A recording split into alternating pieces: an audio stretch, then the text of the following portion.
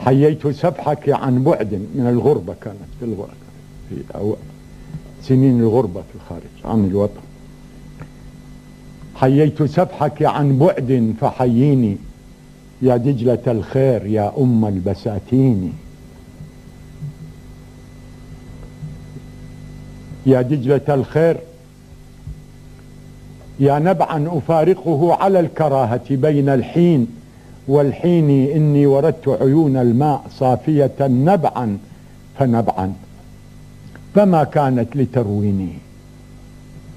يا دجلة الخير قد هانت مطامحنا حتى لأدنى طماح غير مضمون.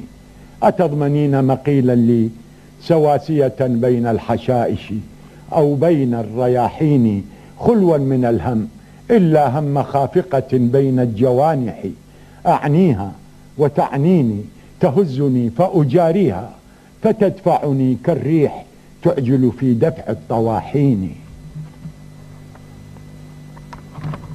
يا دجلة الخير يا من ضل طائفها عن كل ما جلت الأحلام يلهيني.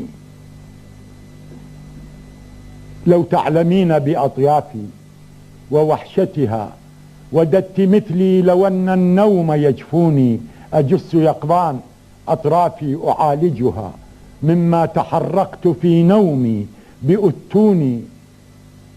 وأستريح إلى كوب يطمنني أن ليس ما فيه من ماء بغسليني. وألمس الجدر الدكناء تخبرني أن لست في مهمه بالغيل مسكوني. يا دجلة الخير خل الموج مرتفقا طيفا يمر وإن بعض الأحايين، وحمليه بحيث الثلج يغمرني دفء الكوانين أو عطر التشارين. يا دجلة الخير يا أطياف ساحرة يا خمر خابية في ظل عرجوني. يا سكتة الموت يا إعصار زوبعة يا خنجر الغدر يا أغصان زيتوني. يا سكتة الموت يا إعصار زوبعة يا خنجر الغدر يا أغصان زيتوني. يا أم تلك التي من ألف ليلتها للآن يعبق عطر في التلاحين. يا مستجم النؤاسي الذي لبست به الحضارة ثوبا والشهارون.